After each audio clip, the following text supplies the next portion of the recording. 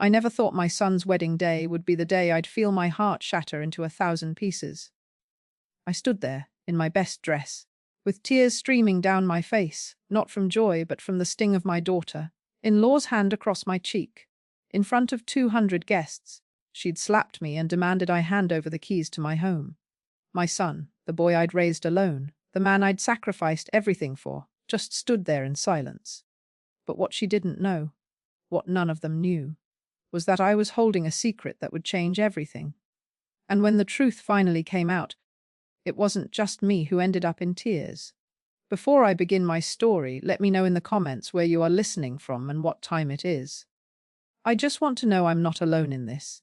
And if you feel moved by what you hear, consider subscribing. It helps more people become aware of the reality of elder abuse. Now let me tell you what really happened. My name is Margaret Chen, but everyone calls me Maggie. I'm 68 years old, and for most of my life, I thought I knew what love meant. I thought it meant sacrifice. I thought it meant putting everyone else first. I thought it meant that if you gave everything you had, the people you loved would cherish you in return. I was wrong about that last part. My story really begins 35 years ago, when I held my newborn son David in my arms for the first time. My husband Thomas and I were so young then, so full of dreams. We'd scraped together enough money to put a down payment on a modest 2-bedroom apartment in Queens, New York. It wasn't fancy, but it was ours. Thomas worked as a mechanic and I was training to be a nurse. We were building a life together, one paycheck at a time. David was our miracle. After 3 miscarriages, we'd almost given up hope of ever having a child. So when he arrived, healthy and screaming at the top of his lungs, we promised each other we'd give him everything we never had. We'd make sure he had opportunities. We'd make sure he never wanted for anything. For 12 years, we kept that promise together. Then Thomas died. It was a Wednesday afternoon in October. A drunk driver ran a red light and hit Thomas's truck head on as he was coming home from work. He died instantly, they told me. He didn't suffer. Those words were supposed to comfort me, but they didn't. Nothing could comfort the hole that opened up in my life that day. David was 12 years old. Old enough to understand that his father was gone, but too young to understand why. I watched my cheerful, energetic boy become quiet and withdrawn. He stopped playing basketball with his friends. His grades started slipping. He'd sit in his room for hours just staring at the walls. I was drowning in grief myself, but I couldn't let David drown too. So I did what I had to do. I picked up extra shifts at the hospital. I worked nights, weekends, holidays. I barely slept. Some weeks I'd work 70, 80 hours, coming home just long enough to make sure David had eaten, to help him with his homework, to tell him I loved him. The insurance money from Thomas's death helped pay off the apartment at least. That was one blessing. But everything else, food, utilities, David's clothes, school supplies, saving for his college fund, all of that fell on my shoulders alone. I never remarried. I had a few men show interest over the years, but I couldn't imagine replacing Thomas. And more than that, I didn't want to confuse David or make him feel like he was losing his father all over again. So it was just the two of us against the world. David flourished despite everything, or maybe because of it. I don't know. He threw himself into his studies. He joined the computer club at school and discovered he had a talent for programming. By the time he was in high school, he was building websites and apps in his spare time. He got a full scholarship to NYU for computer science, and I cried tears of joy the day that acceptance letter arrived. "Mom, you did it," he told me, hugging me tight. "You made this happen."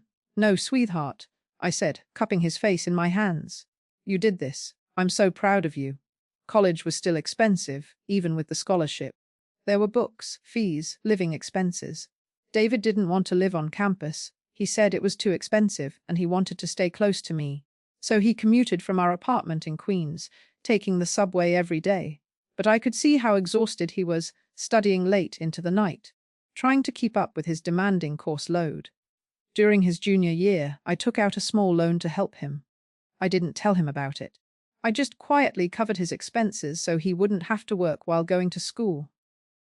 I wanted him to focus on his education, to have the future Thomas, and I had dreamed of for him.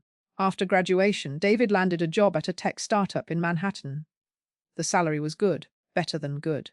For the first time in our lives, money wasn't a constant worry. David insisted on paying me back for everything, but I refused. You don't owe me anything, I told him. Everything I did because I love you. That's what mothers do. Then at least let me pay the maintenance fees on the apartment, he said, and groceries. Mom, please.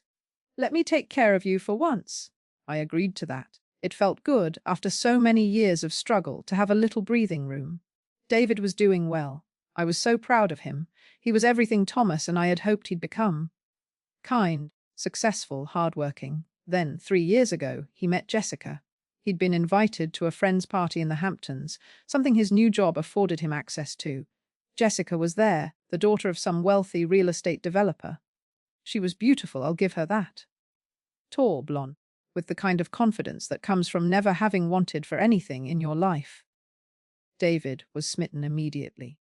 He brought her to meet me after they'd been dating for about 2 months.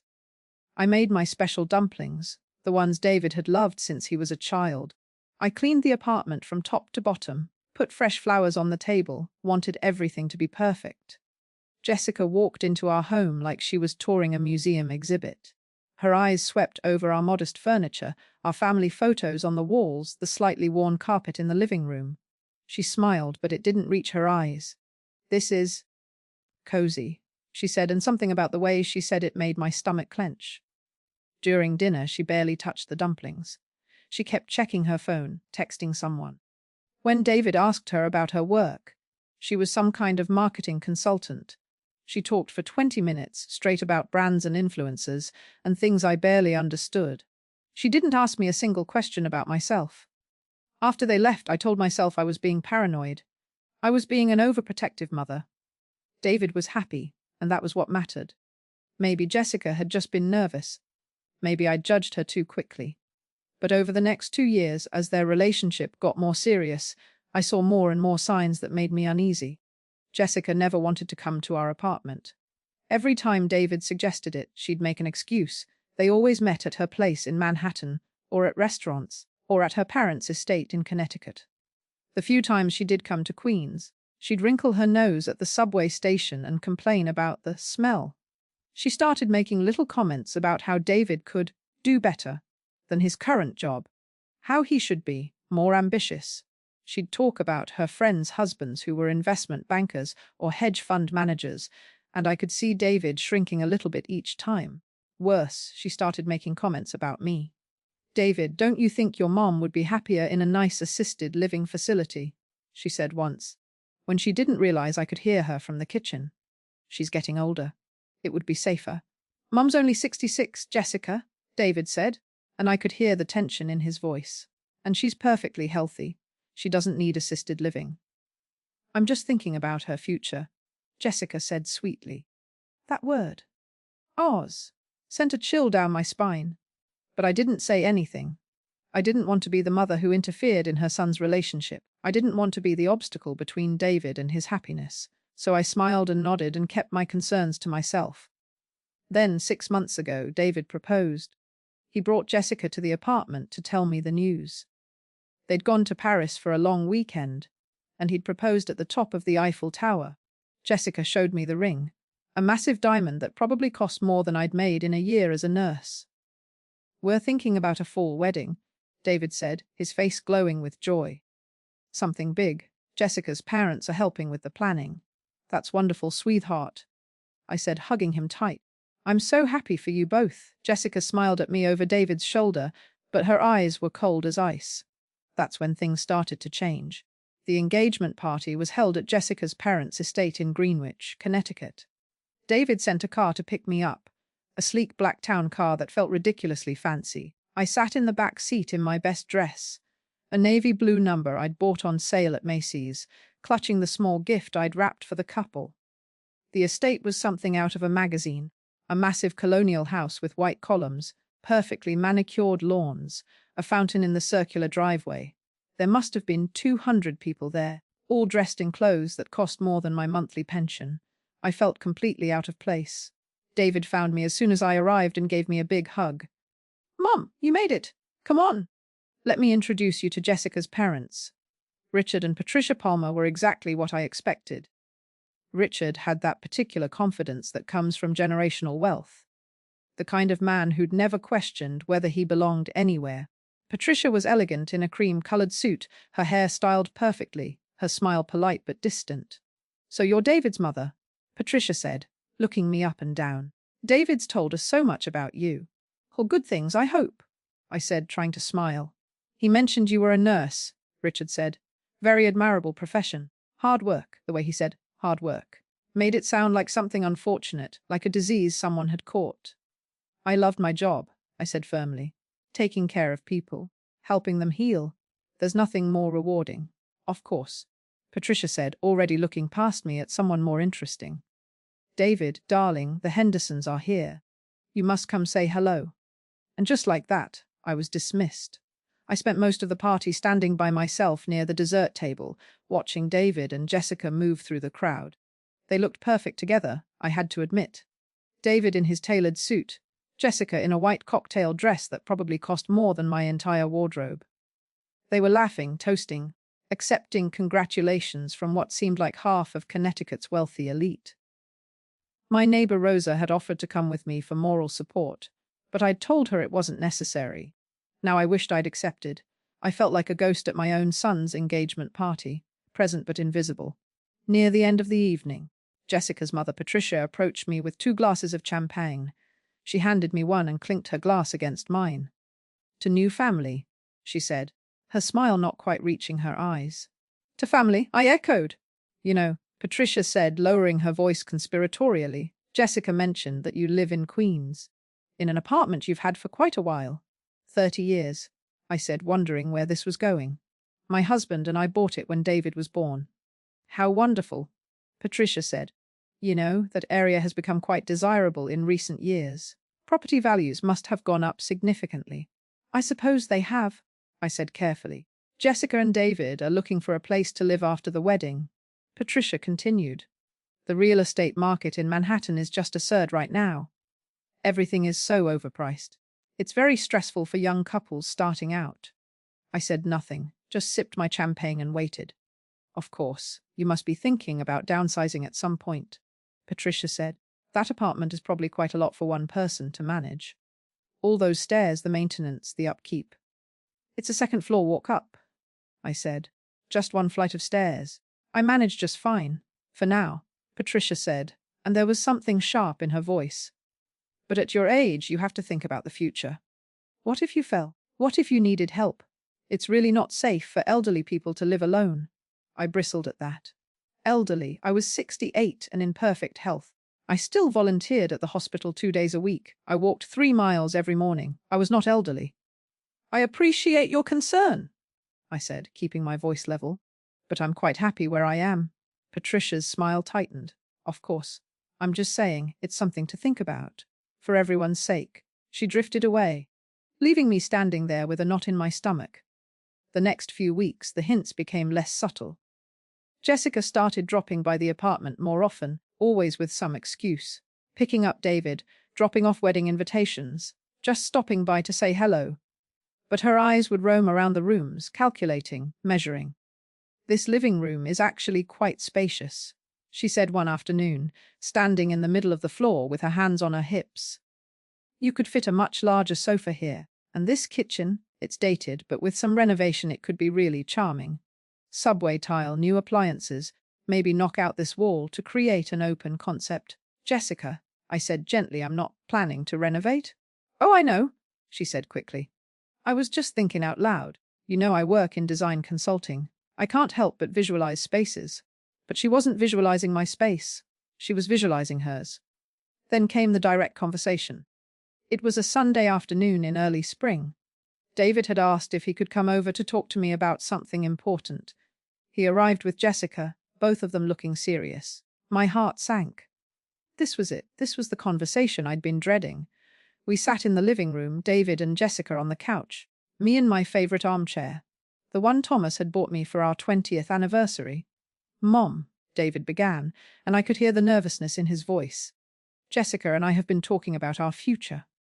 Where we're going to live after the wedding." "That's natural," I said carefully. "Every couple needs to think about that. The thing is," Jessica jumped in, "the housing market right now is impossible.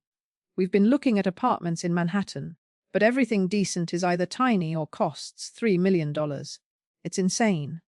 I'm sorry to hear that, I said, though I suspected I knew where this was heading. We were thinking. David said, glancing at Jessica, that maybe. Well, this apartment is really big for just one person, Mom. And you're getting older. I'm 68, David. Not 98. I know, he said quickly. But Jessica and I were thinking that maybe it would make sense for us to live here. The apartment is in a great location, close to my work, and you could move somewhere smaller, more manageable. Maybe one of those nice senior communities in New Jersey. They have activities, healthcare on site. I stared at my son, feeling like I'd been punched in the gut. You want me to give you my home, I said slowly. The home I shared with your father. The home where I raised you. Not give, Jessica said quickly. Would buy it from you, of course, at fair market value. You could use that money to buy a nice place in a senior community and still have money left over for your retirement. Jessica, David said, his voice strained. We talked about this. What did you talk about? I asked, looking at my son. David wouldn't meet my eyes. We just thought it might be a good solution for everyone. You'd have financial security, and we'd have a place to start our life together. This apartment isn't for sale, I said firmly. It's my home. It's where your father and I built our life. It's where I raised you. Every memory I have of your father is in these walls. But they're just memories, Maggie, Jessica said, and I noticed she didn't call me Mum. Like David always encouraged her to. You can take memories anywhere. And honestly, at your age, don't you want to be somewhere with more support? What if something happens to you? What if you fall and can't get to a phone? I'm in perfect health, I said, my voice rising despite my best efforts to stay calm. I don't need to be warehoused in some facility. Mum, David said, and now he sounded frustrated. Jessica's right. This place is too big for one person. And think about it.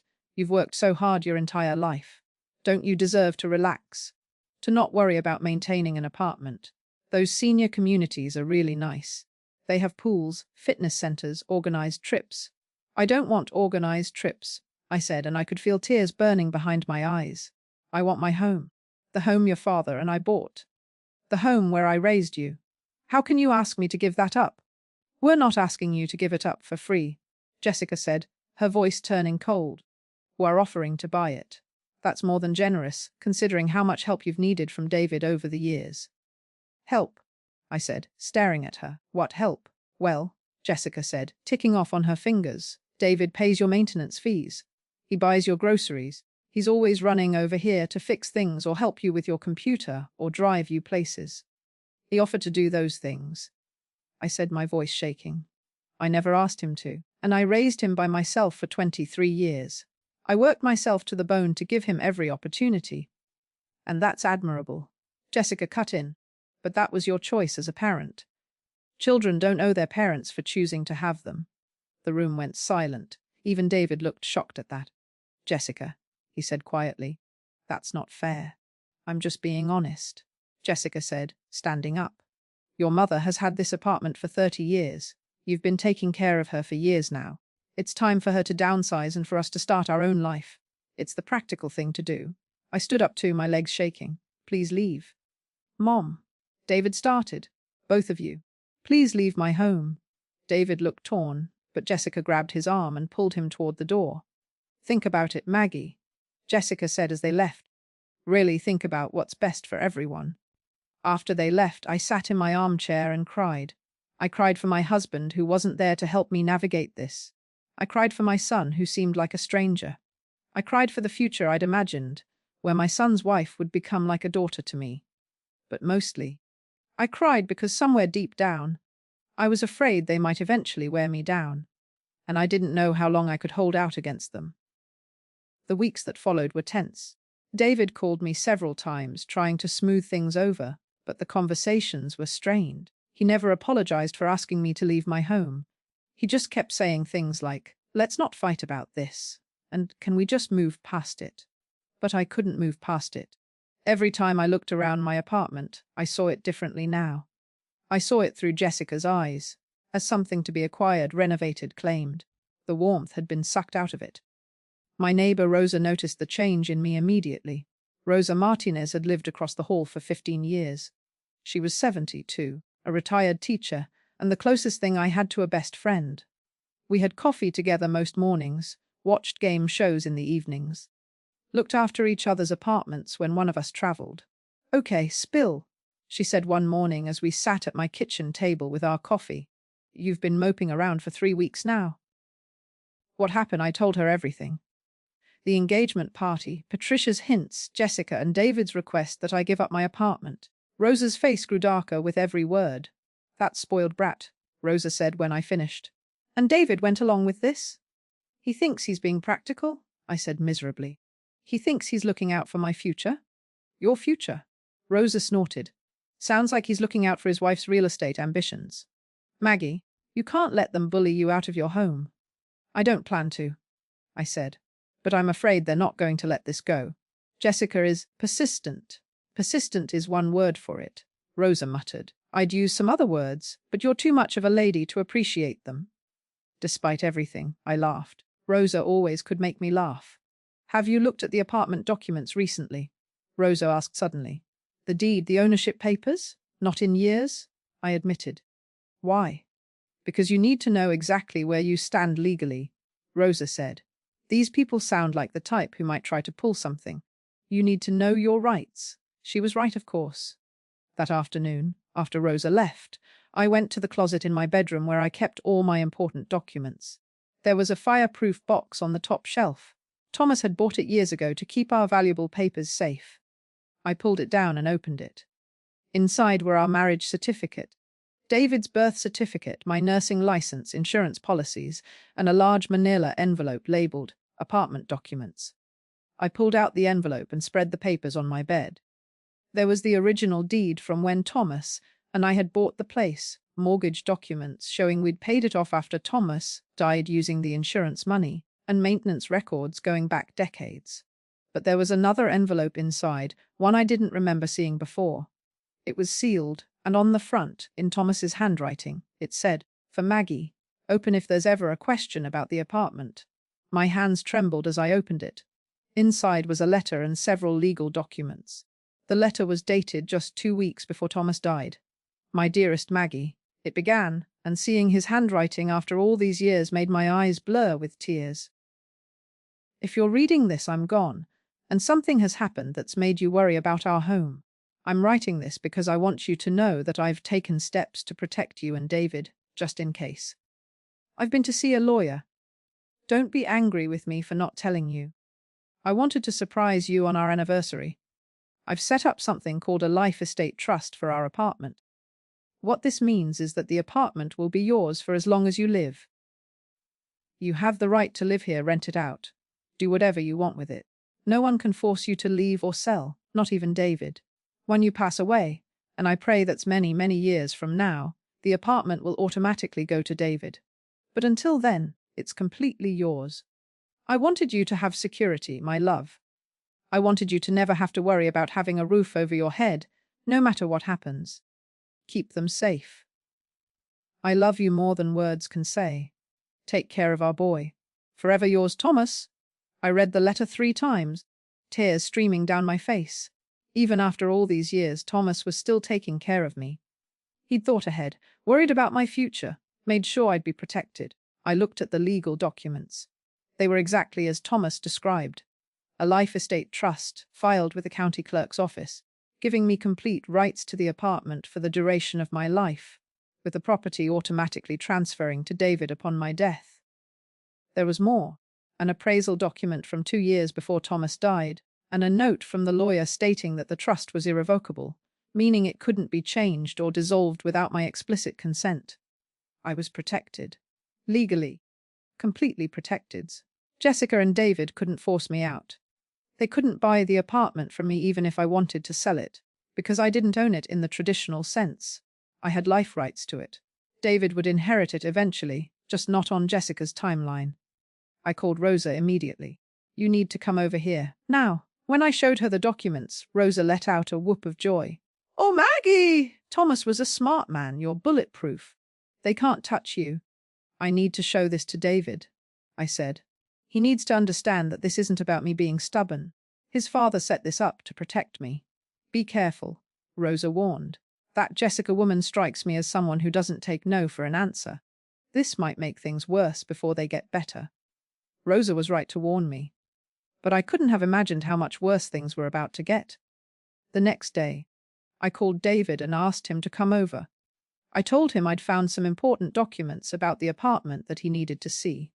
He arrived alone that evening, looking tired and wary. Mom, if this is about the apartment again, just sit down, David, please. I handed him Thomas's letter first. I watched his face as he read it, saw his expression shift from confusion to understanding to something that looked like guilt. Dade did this, he said quietly. He set up a trust, who wanted to make sure I was taken care of, I said. He wanted me to have security. And David, according to these documents, the apartment is mine for as long as I live. I have complete rights to it. It automatically transfers to you when I die, but until then, no one, not even you, can force me to sell it or leave it. David was quiet for a long moment, staring at the papers. So even if you wanted to sell it to us? I couldn't. Not without dissolving the trust, which would require going to court and proving it was necessary. Your father made it ironclad. I see, David said softly. I want you to understand, I said, reaching for his hand. This isn't about being stubborn or refusing to help you and Jessica. This is about honoring your father's wishes. He wanted me to have a home always. Can you understand that? David nodded, but he wouldn't look at me. I understand, Mom. I do. It's just, Jessica's going to be really upset about this. Jessica doesn't have a right to be upset about what I do with my own home, I said, more sharply than I intended. She's going to be my wife, David said, and there was something defensive in his voice. Her feelings matter to me, and I'm your mother, I said. Do my feelings matter to you? David stood up abruptly. That's not fair, Mom. You know I love you. But Jessica and I are trying to build a life together, and you're making it really difficult. I'm making it difficult. I stared at my son, barely recognizing him. David, I raised you by myself. I worked 70-hour weeks to give you opportunities. I went without so you could have. And now you're asking me to give up the home where your father, and I raised you so your wife can have a shorter commute. It's not like that, David said, but his voice lacked conviction. Then what is it like? Explain it to me. David grabbed the papers from the table. Can I take these, show them to Jessica? Maybe if she sees that it's not legally possible, she'll drop it. Of course, I said, though something in my gut told me this was a mistake. David kissed me on the forehead, quick, obligatory gesture, and left. I didn't hear from him for 2 weeks. In that time, the wedding invitations arrived. Thick, expensive cardstock with elegant calligraphy. The wedding was set for the first Saturday in October, just 6 months away. There was a note from Jessica tucked inside my invitation. We've reserved a room for you at the hotel where the reception is being held. It will be easier than you trying to get home late at night. J. Love, Jessica. Not looking forward to celebrating with you. Just a cold, practical note treating me like an elderly relative who needed to be managed. I called David to RSVP, but he was brief on the phone. Mom, I'll call you back later. I'm in the middle of something. He never called back. Rosa helped me shop for a dress for the wedding. We found a beautiful emerald green gown at a consignment shop. Elegant, but not flashy, appropriate for the mother of the groom. You're going to look beautiful, Rosa said. You're going to hold your head high and show them that you're not some fragile old woman they can push around. I just want to get through the day without any drama, I said. I want David to be happy. But drama, as it turned out, was exactly what I was going to get. 3 days before the wedding, my phone buzzed with a text message. It was from a number I didn't recognize. Hi Maggie, this is Lauren, David's cousin from his dad's side. I thought you should know something. I was having lunch with Jessica yesterday and I overheard her on the phone. She was talking to someone about you and the apartment.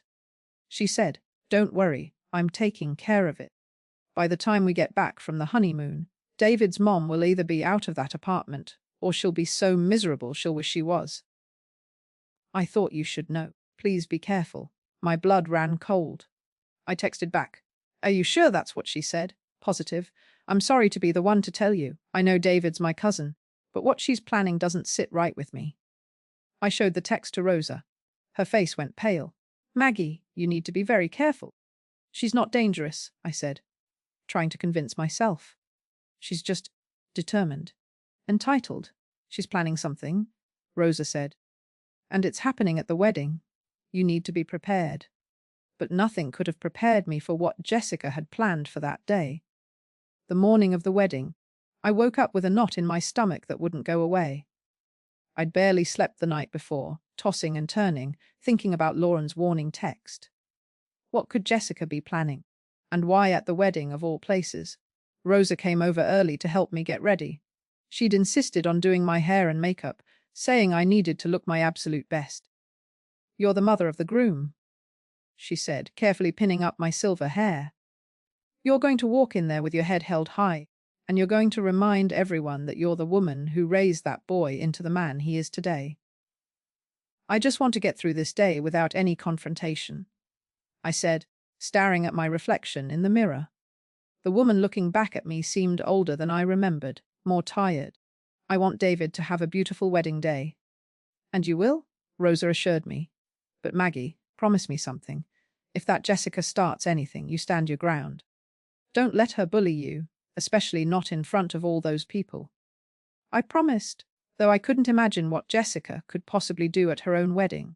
The ceremony was being held at a historic mansion in the Hudson Valley, about an hour north of the city. Jessica's parents had rented out the entire estate for the weekend. David had arranged for a car service to pick me up, which I appreciated. At least that small gesture showed he was still thinking of me. When I arrived, the estate took my breath away. The mansion was stunning, with manicured gardens, a fountain, and views of the river. There must have been 300 guests milling around, all dressed in their finest. I felt desperately out of place in my consignment shop dress, even though Rosa had assured me I looked elegant. I found my seat in the third row, not the front row where the mother of the groom traditionally sat, but the third. Jessica's mother, Patricia, was in the front row, along with Jessica's grandmother and her sister. I tried not to let it sting, but it did. The ceremony itself was beautiful, I had to admit. Jessica looked stunning in a designer gown that probably cost more than a car. And David, my boy, looked so handsome in his tuxedo, so happy as he watched his bride walk down the aisle. I cried during the vows, but not for the reasons people probably thought. I cried because I could feel the distance between us, between me and my son. I cried because Thomas wasn't there to see this day.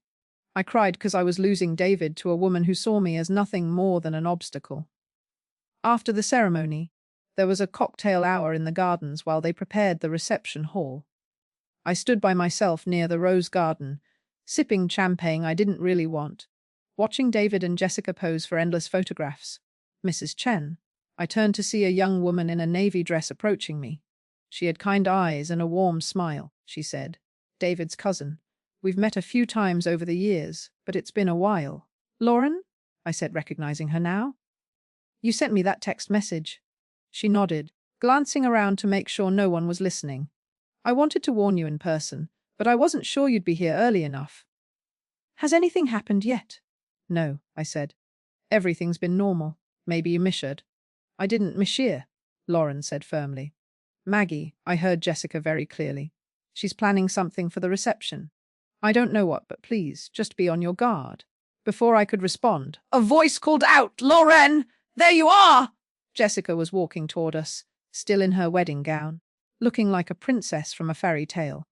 But her eyes were hard as they fixed on Lauren. "The photographer wants all the cousins for a group photo," Jessica said, her voice syrupy sweet. "Mrs. Chen, would you excuse us?" Lauren gave me one last meaningful look before being pulled away by Jessica. The reception hall was even more magnificent than I'd imagined. Crystal chandeliers, white roses everywhere, tables set with fine china and gold chargers. My place card directed me to a table in the back. Table 18, far from the head table where David and Jessica would sit with their wedding party. I was seated with some distant relatives I barely knew and a few of David's colleagues from work. They were polite, but clearly more interested in talking among themselves than including the groom's elderly mother in their conversation. The dinner was a blur of courses I barely tasted. Lobster, filet mignon, dishes with names in French that I couldn't pronounce. Everyone around me seemed to be having a wonderful time. laughing and toasting, while I felt like I was watching everything from behind glass.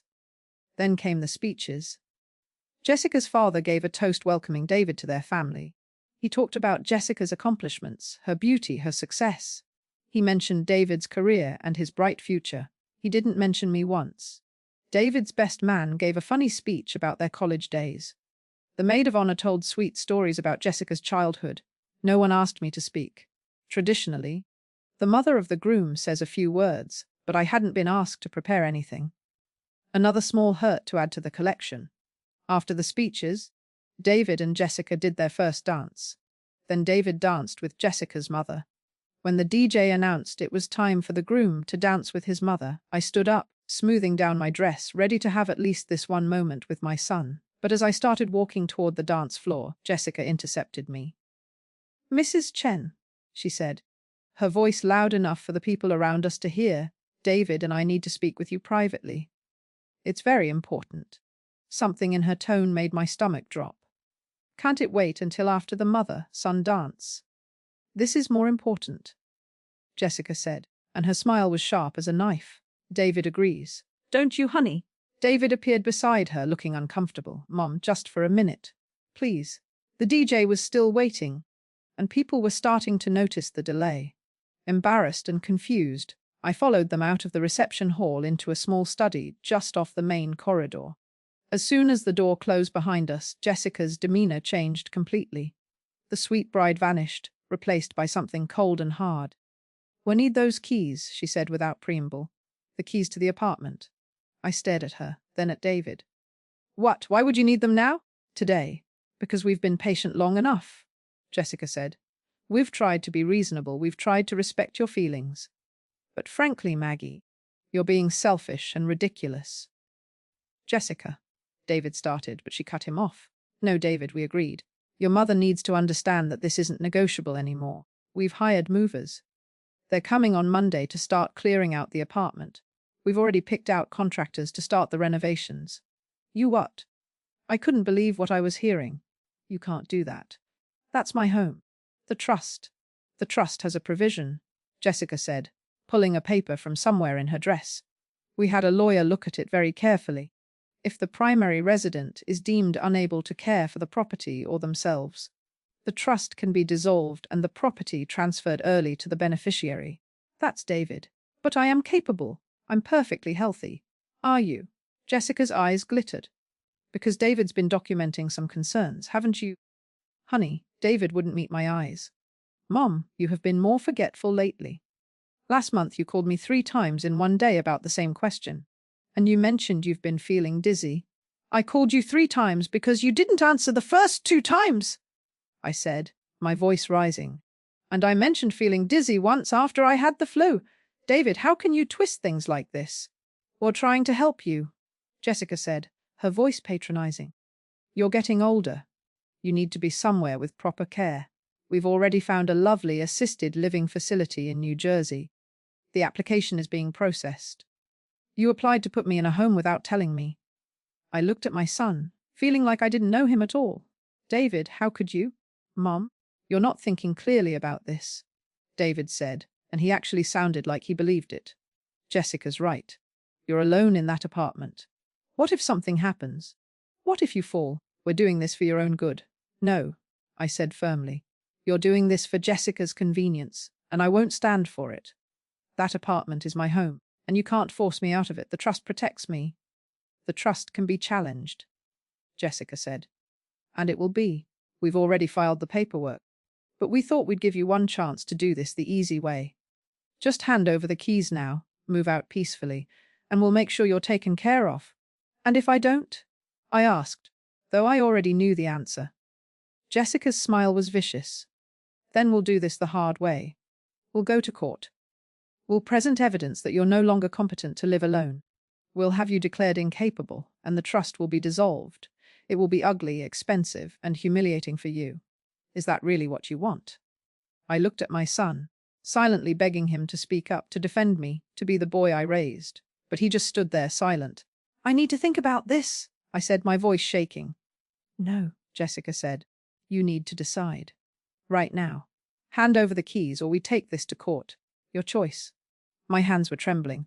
My heart was pounding so hard I thought everyone could hear it. This couldn't be happening. Not here, not now, not on David's wedding day. I started to say, but the words caught in my throat. And then Jessica did something I never saw coming. She stepped forward and slapped me across the face. The sound echoed in the small room. My cheek burned. I stumbled backward, catching myself on the edge of a desk. Jessica shouted, "Give them to me now." Before I could respond, she grabbed my purse from my hands and dumped the contents on the floor. My wallet, my phone, my tissues, everything scattered. She dropped to her knees, searching frantically. "Jessica, stop." David finally spoke, but he didn't move to help me. He just stood there frozen. Jessica found my keys and held them up triumphantly. "Got them." She turned to me, her face flushed with victory. "You can pick up your things from the curb on Monday. We'll leave them in boxes. Oh, and don't bother going back there today. We've already arranged to have the locks changed tomorrow morning." "You can't do this," I said, my voice barely a whisper. Tears were streaming down my face. "Davies." But David just looked at the floor. Jessica straightened her dress, tucked my keys into her bodice, and took David's arm. "Come on, honey. We have a wedding to get back to.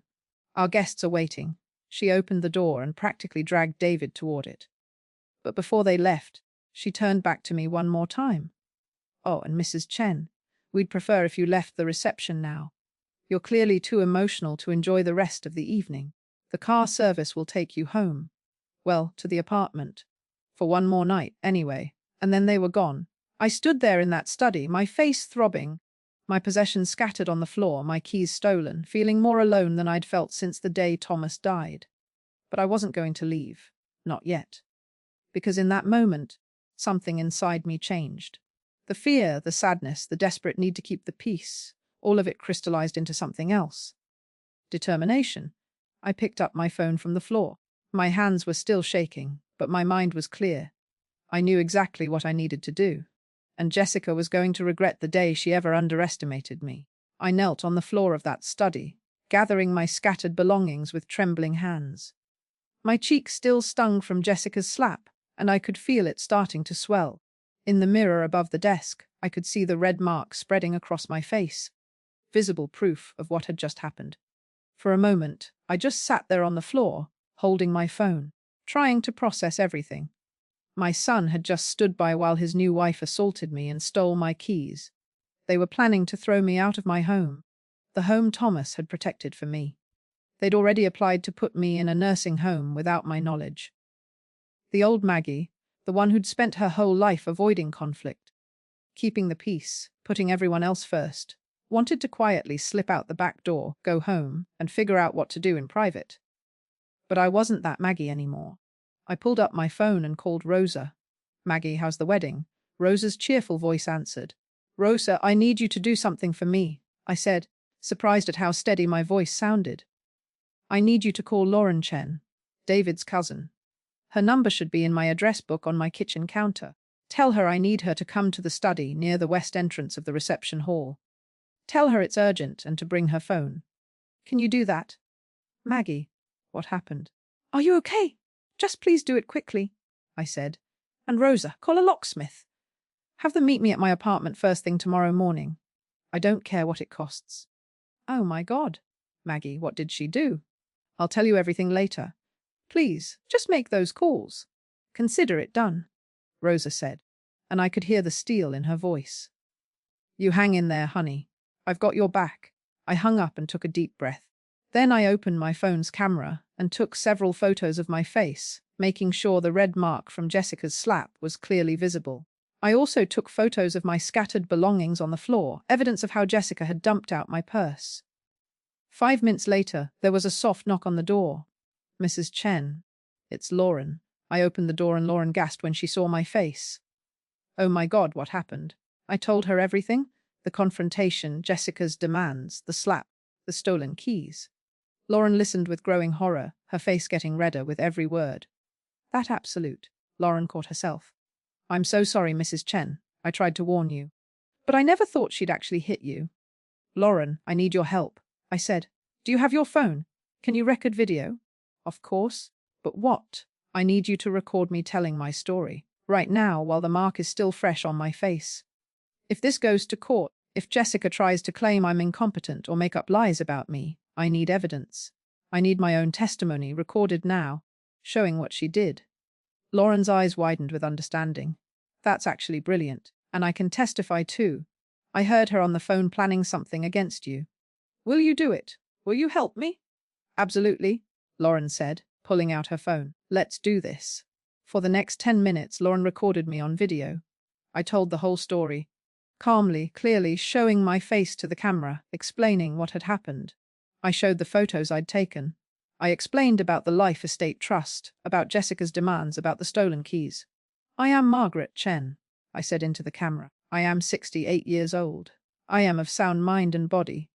I have been assaulted and robbed by my daughter-in-law, Jessica Palmer Chen, on her wedding day, because I refused to illegally surrender my home to her.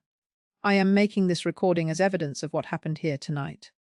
When we finished, Lauren immediately uploaded the video to a cloud storage account and emailed a copy to herself and to me.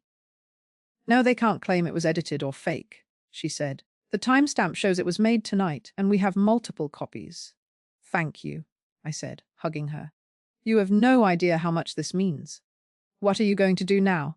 Lauren asked.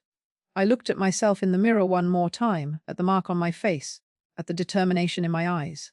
I'm going back to that reception, I said. And I'm going to tell everyone exactly what happened. Lauren's mouth dropped open.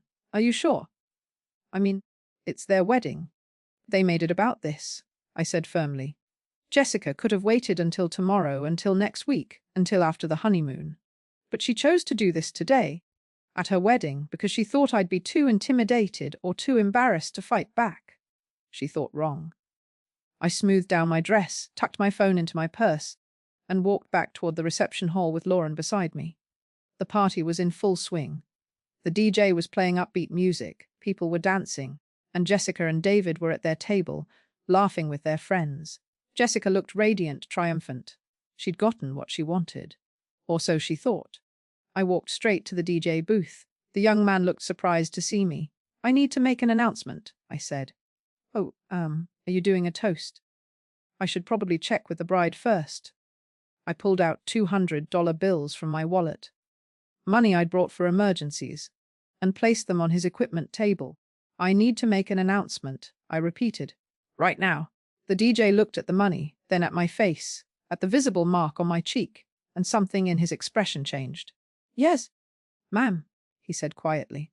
He faded out the music and handed me the microphone. The room gradually quieted as people realized something was happening. Jessica and David looked up from their table, confused. My heart was pounding, but my hand holding the microphone was steady. Good evening, everyone, I said, and my voice echoed through the hall. For those of you who don't know me, I'm Margaret Chen, David's mother. Jessica stood up from her table, her face going pale. David grabbed her arm, but she shook him off. I apologize for interrupting this beautiful celebration, I continued. But something happened tonight that I think everyone here should know about. Stop her. Jessica hissed at someone, but no one moved. 300 pairs of eyes were fixed on me. About 30 minutes ago, my son and his new wife asked me to step into a private room. There, they demanded I hand over the keys to my apartment, the home where I've lived for 30 years, the home where I raised David after his father died. When I refused, Jessica slapped me across the face. A collective gasp went through the room. People were pulling out their phones, some starting to record. Mom, don't.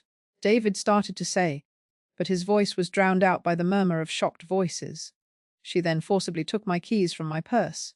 I continued, and informed me that I'm being evicted from my own home on Monday, that she's already hired movers, that she's applied to have me placed in a nursing home without my knowledge or consent. Jessica was on her feet now, her face twisted with fury. That's not, you're lying! She's lying! She's having some kind of episode. Am I? I said calmly. I turned my face to show the room the red mark on my cheek. Several people in the front gasped audibly. This is where your bride slapped me less than an hour ago. I have photographic evidence, I have video testimony, and I have a witness, David's cousin Lauren, who overheard Jessica planning this attack before the wedding even began. Lauren stood up from where she'd been sitting, raising her hand. It's true, she called out. I heard Jessica on the phone yesterday. She said she was going to make sure David's mother was out of the apartment by the time they got back from their honeymoon. The room erupted. People were talking over each other, some calling out questions, others expressing shock and disgust. I saw Jessica's mother, Patricia, pushing through the crowd toward the head table, her face white. "This is a misunderstanding," Jessica shouted into the chaos. "She's confused. She's elderly. She doesn't understand what's happening." "I understand perfectly," I said, my voice cutting through the noise. "I understand that you married my son because you wanted access to his life, his assets, and his mother's property. I understand that you see me as nothing more than an obstacle to overcome. I understand that you thought you could bully an old woman into giving up her home because you're beautiful and rich and used to getting everything you want." Jessica was crying now, tears streaming down her face, but they looked like tears of rage rather than remorse. "But here's what you don't understand, Jessica," I said, and now I looked directly at her.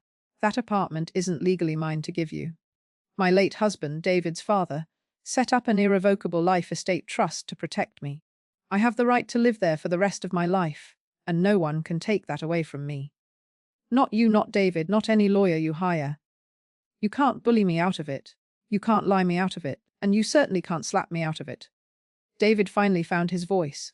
"Mom, please, let's talk about this privately." "We had our private talk," I said, turning to my son. "And you stood there while your wife assaulted me. You stood there while she stole my keys. You let her plan to throw me out of my home like I was garbage to be disposed of. So no, David, I don't think we have anything more to discuss in private." The room had gone completely silent. Even the servers had stopped moving. "I came here today hoping to celebrate my son's marriage," I said, and now my voice finally cracked with emotion. "I came here hoping to welcome a daughter into my family. Instead, I was assaulted, robbed, and told I'm being thrown out of my home, so I want everyone here to witness this moment. I want you all to know what happened here tonight. Because Jessica was right about one thing. This is a day that will be remembered." I set the microphone down on a nearby table. The room was absolutely silent. Then, slowly, someone started clapping. It was an elderly man at one of the back tables, someone I didn't recognize. Then another person joined in. Then another. Within seconds, dozens of people were applauding, some even standing up. Jessica let out a sound that was half sob, half scream, and ran from the room. Her mother and sister hurried after her. David stood at the head table, his face ashen, looking around at the sea of faces staring at him with expressions ranging from sympathy to disgust. I walked toward the exit, my head held high. As I passed David's table, I stopped. "I love you, David," I said quietly, just loud enough for him to hear. "I always will. But I raised you to be better than this. Your father would be ashamed of what you've become." I saw those words hit him like a physical blow. He sank into his chair, his head in his hands. Lauren caught up with me at the door. "Mrs. Chen, that was incredible." "That was necessary," I said. "Will you make sure everyone knows I have video evidence? I don't want Jessica trying to spin this as me being a confused old woman." "Already done," Lauren said, holding up her phone. "I've sent the video to half the family. It'll be everywhere by morning." I nodded. "Good, I'm going home now. Well, to my home, the one I'm not leaving." The car service was waiting outside. As the driver opened the door for me, I looked back at the mansion one more time. Through the windows, I could see people clustered in groups, talking animatedly. The wedding had become something else entirely, a scandal, a drama, a story people would tell for years. But I felt no guilt. I'd given them chances, I'd tried to be understanding, to keep the peace. They'd left me no choice. The car ride home felt surreal. My phone started buzzing constantly with texts and calls. Some from numbers I recognized, many I didn't. I turned it to silent and watched the lights of the city blur past the window. When I finally arrived at my apartment building in Queens, it was nearly midnight. The driver helped me out of the car and waited until I was safely inside the building before driving away. Rose's door flew open before I even reached mine. "Maggie! Thank God you're home. I've been worried sick." She took one look at my face and gasped. "Oh, honey, come here." She pulled me into her apartment, sat me down on her couch, and immediately went to get ice for my cheek. "The locksmith is coming at 8 a.m., Rosa said, gently pressing an ice pack to my face. "I also called my nephew. You remember Miguel, the lawyer. He's coming by tomorrow afternoon to talk to you about your options. Thank you, I said, and suddenly all the adrenaline that had kept me going through the evening drained away. I started crying, deep, racking sobs that shook my whole body. Rosa just held me and let me cry. I can't believe David just stood there, I said between sobs. He watched her hit me and he did nothing. How did I raise a son who could do that? You didn't, Rosa said firmly. You raised a good boy. That woman poisoned him against you. But Maggie, what you did tonight, standing up in front of all those people and telling the truth, that took incredible courage. I didn't have a choice, I said. If I'd slunk away quietly, she would have won. She would have kept pushing and pushing until she got everything she wanted. Well, she's not getting your home, Rosa said. Not if I have anything to say about it. And neither is your ungrateful son. I stayed at Rosa's apartment that night. I couldn't bear to be alone in my own place, knowing that Jessica had my keys, knowing that locks I'd trusted for 30 years were now compromised. I barely slept. Every time I closed my eyes, I saw Jessica's face as she slapped me, heard David's silence echoing louder than any words. At 7 a.m., my phone rang. It was a number I didn't recognize, but I answered it anyway. Mrs. Chen. This is Amanda Rodriguez from Channel 7 News. We received a video last night of an incident at a wedding in Westchester County. We'd like to interview you about elder abuse and… I hung up. The phone immediately rang again. A different reporter this time. I turned it off completely. At 8 a.m. sharp, the locksmith arrived. He was a kind man in his 50s who took one look at my swollen cheek and asked no questions. Within an hour, I had new locks on my door, new keys in my hand, and at least one small piece of security restored. Anyone tries to use those old keys, the locksmith said, they're not getting in. You're safe here, Mime? Thank you, I said, though I wasn't sure I'd ever feel completely safe again. Rosa's nephew Miguel arrived at 2 p.m. He was a sharp young man in his early 30s who specialized in estate law. Tia Rosa told me what happened. He said, sitting at my kitchen table with a notepad. First, let me say I'm so sorry. What they did to you was not only morally wrong, it was illegal. That's assault, theft, and potentially elder abuse. I don't want to send my son to jail, I said quickly. I understand, Miguel said. But you need to protect yourself legally. May I see the trust documents? I showed him everything. Thomas's letter, the life estate trust, the deed, all of it. Miguel read through it carefully, making notes. This is ironclad, he said finally. Your husband's lawyer did excellent work. The trust explicitly states that you have full rights to reside in and use this property for your natural life. The only ways this could be challenged are if you voluntarily dissolved it, if you were proven legally incompetent, or if you abandoned the property. Jessica said they had a lawyer who found a provision about competency. They're bluffing, Miguel said firmly. I've read every word of this trust. There's a standard clause about incapacity, yes, but it would require a court order and clear medical evidence that you're unable to care for yourself or the property. A judge isn't going to grant that based on your son claiming you forgot something or felt dizzy once. Relief flooded through me. So they can't force me out. Not legally, no. Chen, I need to be honest with you. They can make your life difficult. They can file frivolous lawsuits that you'd have to defend against. They can harass you. They can try to claim you're incompetent even if they'll ultimately lose. It would be stressful and expensive. What should I do? First, file a police report about the assault, Miguel said. Get it on record. You have photos and video evidence. Second, I'm going to send a cease and desist letter to both your son and Jessica, informing them that the property is protected by an irrevocable trust and any further harassment will result in legal action. Third, I'd recommend you get a restraining order. A restraining order? Against my own son? To protect yourself, Miguel said gently. Mrs. Chen, they stole your keys. They threatened to have you forcibly removed from your home. They assaulted you. You need legal protection. I closed my eyes, trying to absorb it all. How had my life come to this? A restraining order against my own child. Let me think about it, I said. Of course. But don't wait too long. And Mrs. Chen? Don't answer the door to anyone you don't know. The video from last night is going viral on social media. You're going to get a lot of attention, and not all of it will be friendly. Miguel wasn't exaggerating. By that evening, the video had been viewed over 2 million times. Someone at the wedding had posted it to TikTok, and it had spread from there to Twitter, Facebook, Instagram. My face, red and swollen from Jessica's slap, was on screens across the country. The comments were overwhelmingly supportive. "This poor woman? That bride is a monster. The son is worse than the bride. He just stood there. Elder abuse is real, and this is what it looks like." But there were negative comments too. She ruined their wedding over a petty dispute. Old people are so dramatic. Just give them the apartment. There are two sides to every story. And then Jessica posted her own statement on Instagram. "I am heartbroken by the events of last night," she wrote. "What was supposed to be the happiest day of my life turned into a nightmare when my husband's mother suffered what we believe was a mental health episode at our reception. We have been concerned about her cognitive decline for some time, and last night confirmed our worst fears. She became violent and delusional, making false accusations against me and David.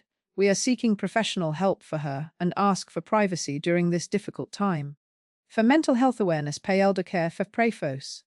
I stared at the post in disbelief. She was trying to make me look like the crazy one. She was twisting everything, claiming I was violent and delusional. The post had thousands of likes and hundreds of supportive comments. "Praying for you, Jessica! Elder mental illness is so hard. You poor thing, having your wedding ruined like that. The mother needs professional help." I called Miguel immediately. "She's lying. She's posting lies about me online." "Don't respond," Miguel said. "Don't engage with her at all. We have the video evidence showing exactly what happened. Let her lie. The truth will come out." But that night, lying in bed, I wondered if the truth mattered any more. Jessica had money, influence, a huge social media following. She could shape the narrative however she wanted. And I was just an old woman in Queens with a swollen face and a broken heart. The next morning, Sunday, there was a knock on my door. I looked through the peephole and saw David standing in the hallway. My son, the boy I'd raised. The man who'd stood by while his wife hurt me. "Mom," he called through the door. "Please. I know you're in there. I just want to talk." I stood on the other side of the door, my hand on the knob, frozen with indecision. "Mom, please. I'm so sorry. I need to talk to you. Please open the door." There was something in his voice, a crack, a break. He sounded like the boy he used to be, the one who would come to me when he was scared or hurt. Against my better judgment, I opened the door. David looked terrible. His eyes were red and swollen, like he'd been crying. He was still wearing his tuxedo pants and shirt, now rumpled and untucked. He looked like he hadn't slept. "Can I come in?" he asked. I stepped aside and let him enter. We stood in my living room. The room where I'd rocked him as a baby, where we'd celebrated his birthdays, where we'd cried together when Thomas died. "Mom, David's voice broke. "I'm so sorry. I'm so sorry. You stood there," I said quietly. "She hit me and you stood there." "I know." Tears were streaming down his face now. "I know. There's no excuse. I was in shock. I was scared. He shook his head. "No. There's no excuse. I failed you. I failed Dad. I failed everything you taught me." "Why, David?" I asked. And I was crying too. "Why did you let her do this to me?" David sank onto the couch, his head in his hands. "I don't know. I don't know who I've become. Jessica, she's so forceful, so sure of everything. And I just went along with it. She kept saying we deserved the apartment, that it made sense, that you'd be better off somewhere else. And I believed her. Or I wanted to believe her because it was easier than standing up to her. She assaulted me, David. She stole my keys." "I know. And I let it happen. I'm a coward, Mom. I'm a terrible son and a coward." We sat in silence for a long moment. "Where's Jessica?" I finally asked. "At her parents' house. We left the wedding reception about an hour after you did. Everything fell apart. Half the guests left. Her parents are furious. They're saying you ruined the wedding and they're going to sue you for emotional distress." "Sue me?" I couldn't help but laugh bitterly. "I told them they were crazy," David said. "I told them what really happened. That's when Jessica and I had a huge fight. She kept insisting you were lying, that you're mentally ill, that we need to have you committed. And I couldn't anymore. I couldn't listen to her lies. I couldn't pretend this was okay." "So what happens now?" I asked. David looked at me with red, exhausted eyes. "I don't know, Mom. I honestly don't know. My marriage might be over before it even started. My wife hates you. Her family hates you. Half my friends think I'm an abusive son, and the other half think you're a crazy old woman. I'm sorry, I said, though I wasn't sure why I was apologizing. No, David said firmly. Don't you dare apologize. This is my fault. All of it. I should have protected you. I should have told Jessica from the beginning that the apartment wasn't available, that it was never going to be available. I should have seen what she was really after. What was she really after, David? I asked. Was any of it real? Did she ever love you? David was quiet for a long time. I think she loved the idea of me, he said finally. The successful tech guy with the apartment in a desirable neighborhood and the mother who could be pushed aside. But me, the real me, I don't think she ever saw that. He stood up, wiping his eyes. I need to go. I need to figure out what I'm doing with my life. But Mom, I want you to know, I'm on your side now. If Jessica tries anything, if her family tries to sue you or harass you, I'll testify on your behalf. I'll tell everyone the truth. I'll do whatever it takes to make this right. David, I said, standing too, I need you to understand something. I love you. I will always love you. But I can't trust you right now. You hurt me in a way I never thought possible. I know, he said, his voice breaking again. I know, Mom. And I'll spend the rest of my life trying to earn your trust back. After he left, I sat in my armchair, Thomas's armchair, and thought about trust, about love, about the complicated web of family that could both sustain you and destroy you. My phone buzzed. It was a text from Lauren. Mrs. Chen, just wanted you to know, the full video is out now. The one I took of your testimony. It's going even more viral than the reception video. People are seeing the truth. You're not alone. I opened social media and saw that she was right. The video of me calmly explaining what had happened, showing my swollen face, telling my story. It was everywhere, and the tide of public opinion was shifting. This woman was assaulted and people are calling her crazy. The bride's Instagram post is gaslighting. This is textbook elder abuse. I hope this mother gets justice. What happened to her is criminal. For the first time in days, I felt a small spark of hope. Maybe the truth did matter after all.